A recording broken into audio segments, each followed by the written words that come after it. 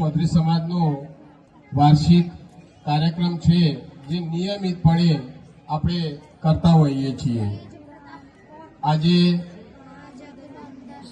આ જગ્યા ઉપર આ સ્ટેજ ઉપરથી ઇનામ મેળવનારા એવા સૌ યુવા દોસ્તો અને બાળકોને ખૂબ ખૂબ અભિનંદન આપી અને તમામ ક્ષેત્રે દિન પ્રતિદિન પ્રગતિ કરે, પોતાના પરિવારનું અને આપણા સમાજનું નામ રોશન કરે એવી શુભકામનાઓ પાઠવું છું.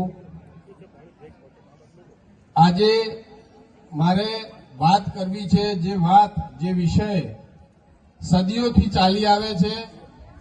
માનવ જાત જ્યારથી માનવ તરીકે આપણે પગરણ માંડ્યા ત્યાંથી એક સૌથી મહત્વની જે વાત છે એ વિશે આજે સમાજના સૌ બંધુઓને મારે થોડીક વાત કરવી છે.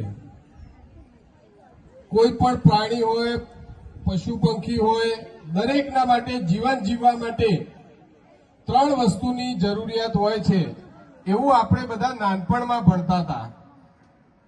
હવા, પાણી અને ખોરાક. કોઈ પણ સજીવ હોય એને હવા, પાણી અને ખોરાક જોઈએ ને જોઈએ. પણ ઉત્ક્રાંતિની સાથે જ્યારે માણસ બન્યો, આપણે બીજા કરતા ભિન્ન થયા, બુદ્ધિશાળી થયા, ત્યારે આપણી મૂળભૂત જરૂરિયાતો જે હતી હવા, પાણી ને ખોરાક એ બદલાઈ અને થોડીક આગળ વધી. એ 3 જરૂરિયાતો આપણી બદલાઈ એ થઈ રોટી, કપડા અને મકાન. જાનવર કે પંખી હોય ગમે તે ઝાડ ઉપર કે ઝાડની નીચે બેસી લે, પણ આપણે પહેરવા માટે કપડા જોઈએ અને રહેવા માટે રહેઠાણ જોઈએ. આનાથી માણસ બીજા બધા બાકીના પશુ પંખીને સજીવ સૃષ્ટિથી અલગ પડ્યો. પણ છેલ્લા કેટલાક સમયથી, ભૂતકાળમાંથી જ્યારથી માણસ સતત પ્રગતિ કરતો થયો, વિજ્ઞાન આગળ વધ્યું, એના પછી ચોથી જરૂરિયાત ઊભી થઈ અને એ જરૂરિયાત આજના સમયની સૌથી મોટી જરૂરિયાત છે. એ જરૂરિયાત છે શિક્ષણની. માણસને જો કોઈ વસ્તુ માણસ બનાવતી હોય તો એ છે શિક્ષણ. આપણે ફક્ત શાળાકીય શિક્ષણની વાત નથી કરતા. આપણા ઘરમાંથી આપણને મળતું શિક્ષણ, આપણા વડીલો પાસેથી આપણને મળતા સંસ્કાર, રીત ભાત, બોલ ચાલ, વાણી, વર્તન, વ્યવહાર અને સાથે સાથે જે અભ્યાસ શાળા કોલેજોમાં આપણને ભણાવવામાં આવે છે એ. આજે આપણે આજુબાજુ આપણા પોતાના સમાજમાં અને બીજા સમાજોમાં નજર કરીશું તો જ્યાં જ્યાં શિક્ષણ છે ત્યાં ત્યાં પ્રગતિ છે, ત્યાં ત્યાં વૈભવ છે, ત્યાં ત્યાં સુખાકારી છે. તો આપણે આપણા પોતાના પરિવાર માટે, આપણા પોતાના કુટુંબ માટે અને આપણા પોતાના સમાજ માટે જો પ્રગતિની ડગર પકડવી હશે, જો સિદ્ધિઓ હાંસિલ કરવી હશે, જો આગળ વધવું હશે એઝ એ વ્યક્તિ તરીકે અને એઝ એ સમાજ તરીકે, તો શિક્ષણ ઉપર સૌથી વધુ ભાર મૂકવો પડશે.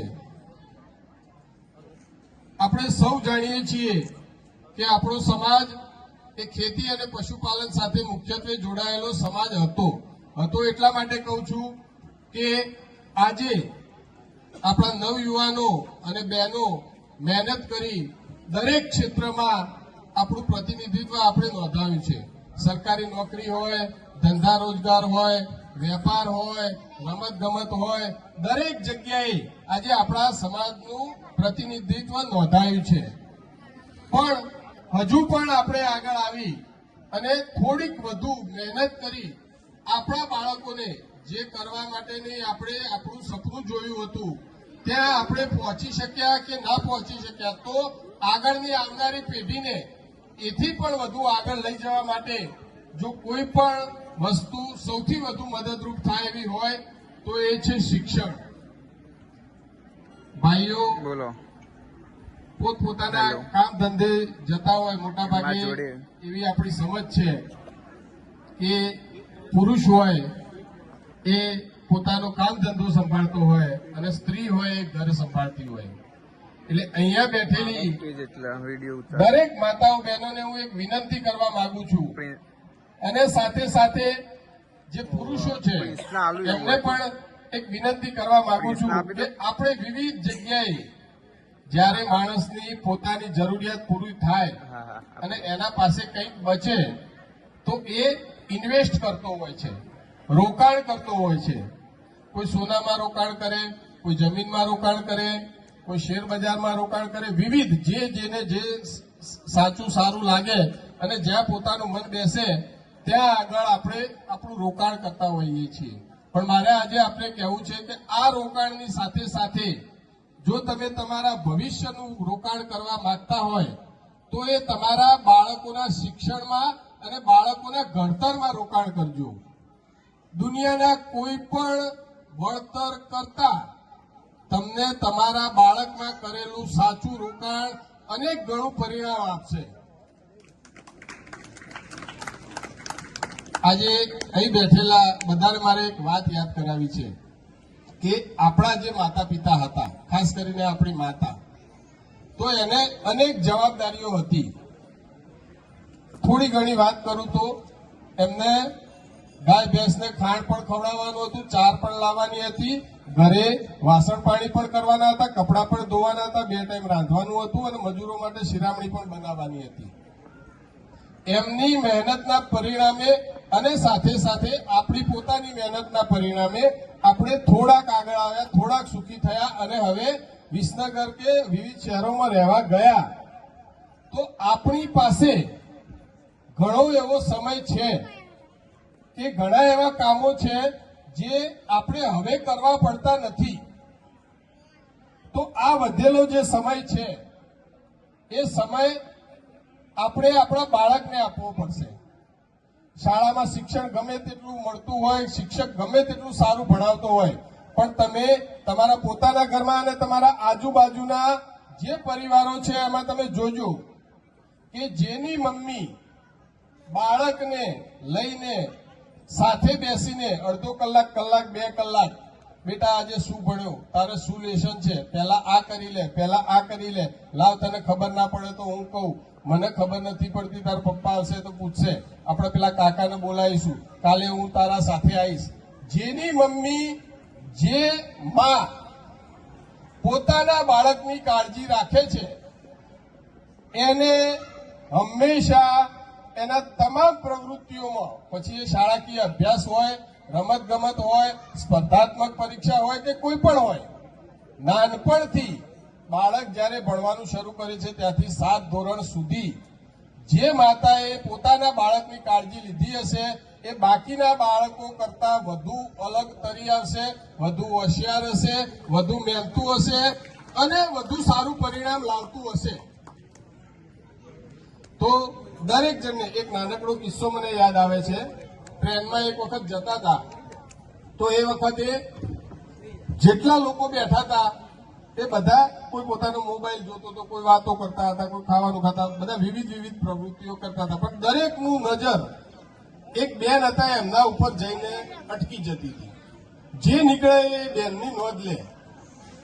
આ ડબ્બામાંથી પેલા ડબ્બામાં કે આ રોમાંથી પેલા રોમાં કે બાથરૂમ કરવા જતા હોય તો એ બેનને જોઈને 1 મિનિટ ઉભા રહીને આમ એમની સામે જોઈ દે. તો એનું કારણ એ બેન અને એમના બાજુમાં એક 5, 7, 8 વર્ષનું બાળક બેઠું હતું. એ બંને બેઠા બેઠા ચોપડી વાંચતા હતા. બાળક કઈ પંચતંત્રની એવી ચોપડી વાંચતી છે, એની મમ્મી કોઈ નવલકથા કે એવું વાંચતું છે. તો એક ભાઈએ પૂછ્યું કે બેન, અમારા બાળકને ગમે ત્યારે ગમે તે કઈ કામ હોય કે સહેજ નવરું પડે તો મારો, એની મમ્મીનો, એના દાદાનો, દાદીનો મોબાઈલ લઈને રમવા માંડે છે. પણ આશ્ચર્યની વાત કહેવાય કે તમારું આવું 7-8 વર્ષનું બાળક પુસ્તક વાંચે છે, એ પણ ટ્રેનની મુસાફરી દરમિયાન. એટલે એમણે કીધું કે અમારે બાળકની સાથે અમે જે શેડ્યુલ નક્કી કર્યું છે, એના ભણવાનો ટાઈમ, એને રમવાનો ટાઈમ, એનો આ ટાઈમ, બધા ટાઈમની સાથે સાથે જ્યારે પણ એને વધારાનો ટાઈમ હોય, ફ્રી ટાઈમ હોય, નવરો હોય, ત્યારે આ બાળક ચોપડી વાંચે છે હેલો કે પાસ તો એ તને ટેવ આપવાના પાડી તમે એ તો બરાબર છે, પણ કેવી રીતે પાડી એ અમારે જાણવું છે. અમારું બાળક પણ વધારાના સમયમાં નવરાશના સમયમાં ચોપડી વાંચે એવી અમારી ઈચ્છા છે, પણ બાળક વાંચતું નથી. શું કરીએ? તો તમારી પાસેથી આ રહસ્ય જાણવું છે. એટલે એણે કીધું, એ બેને હસીને કીધું કે હું પણ આ તબક્કામાંથી ગુજરી જ છું. મારું બાળક વારંવાર મોબાઈલ લઈને બેસી જાય, મોબાઈલ માટે જીદ કરે, ના આપો તો રડવા માંડે, ધમાલ કરે. એને મોબાઈલ આપો ત્યાં સુધી આ બધું ચાલ્યા કરે. એટલે મેં એક સારા વ્યક્તિને પૂછ્યું કે આની આ આદત છોડાવવા માટે શું કરવું? તો એ ભાઈએ કીધું કે સિમ્પલ છે બેન, તમે તમારો મોબાઈલ નીચે મૂકી દો, બાળક એનો મોબાઈલ મૂકી દેશે, માગે નહીં. બાળક તમે જે કહો છો, જે સમજાવો છો એ પ્રમાણે નથી કરતું. બાળક ઓબ્ઝર્વેશન કરે છે. તમે બધા લોકો તમે શું કરો છો, મારી મમ્મી શું કરે છે, એનું સીધું અનુસરણ બાળક કરશે. મેં એક જ દિવસમાં મોબાઈલ મૂકી દીધો, નક્કી કર્યું કે બાળકને જોતા કોલ રિસીવ કરવા સિવાય કદી પણ મોબાઈલને હાથ અડાડવાનો નહીં. મેં બંધ કરી દીધું, એના પપ્પાએ બંધ કરી દીધું, અને અમે પુસ્તક પકડી લીધું. જમીને બેઠા હોય તો હું પુસ્તક વાંચતો હોય, એના પપ્પા પુસ્તક વાંચતા હોય, તો બાળક આવીને પૂછે મમ્મી શું વાંચે છે. પછી અમે એના રસ પડે એવું કર્યું. તો મારી આપ દરેકને વિનંતી છે કે આપણે જે કરીએ છીએ એ જોઈને આપણું બાળક શીખે છે. આપણું બાળક જો આજના જમાનામાં બાળકનો જો સૌથી મોટો કોઈ દુશ્મન હોય, એનો ક્વોલિટી ટાઈમ હોય, એનો ભણવાનો ટાઈમ હોય, એનો રમવાનો ટાઈમ હોય, એ બધા ટાઈમ જો કોઈ વસ્તુ ખાઈ જતી હોય તો એ ટીવી અને મોબાઈલ બે છે. આટલી વસ્તુ તમે યાદ રાખજો. અને બીજી વસ્તુ એ યાદ રાખજો કે હું મોબાઈલ રમું, તું બેટા ભણ, એ કદી પણ થવાનું નથી. એ થાય જ નહીં.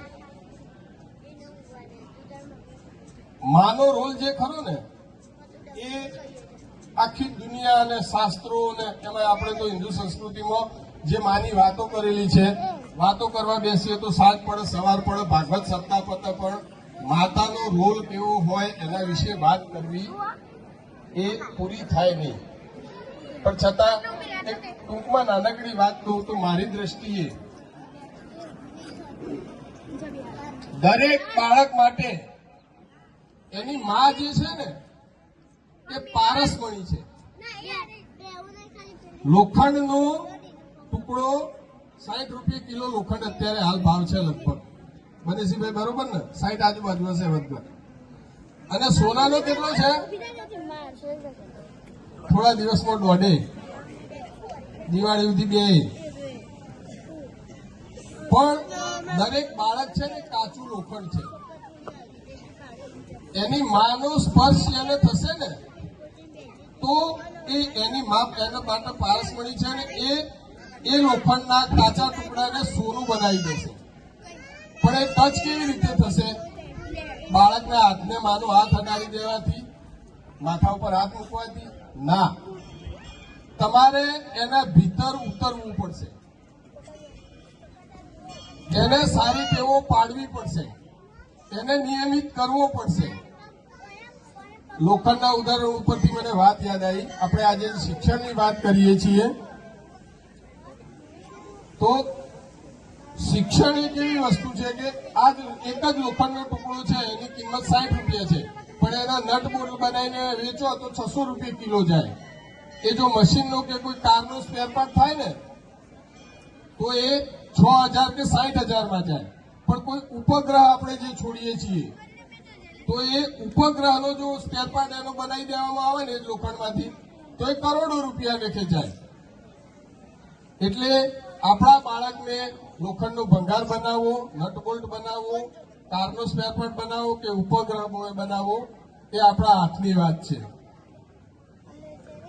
હવે આજે આ જગ્યા પર આપણે સૌ એકઠા મળ્યા છીએ તો મારે 2 કામ કરવા છે. એક તો આ ખૂબ સુંદર કાર્યક્રમ બદલ આયોજકોને અભિનંદન પાઠવવા છે, અને સાથે સાથે આપ સૌની તરફથી એક જોરદાર તાળી મારે જોઈએ આપણા દાતાઓ માટે. આપણે સૌ કાર્યક્રમમાં ભાગ લઈએ છીએ એ પાછળ આયોજકોની મહેનત અને દાતાશ્રીઓએ ખુલ્લા હૃદયથી આપેલું દાન કારણભૂત હોય છે. સંઘ ભલે કલયુગે કહેવાય છે અને અત્યારે સાથ અને સહકારથી આપણે સૌ સાથે મળી મા અર્બુદાના આશીર્વાદથી વિવિધ ક્ષેત્રે પ્રગતિ કરીએ, સાથે મળીને આગળ વધીએ. એ જ વાત સાથે મારી વાત પૂરી કરું છું. જય હિન્દ, જય જય ગરવી ગુજરાત. ખૂબ ખૂબ ધન્યવાદ મુકેશભાઈ.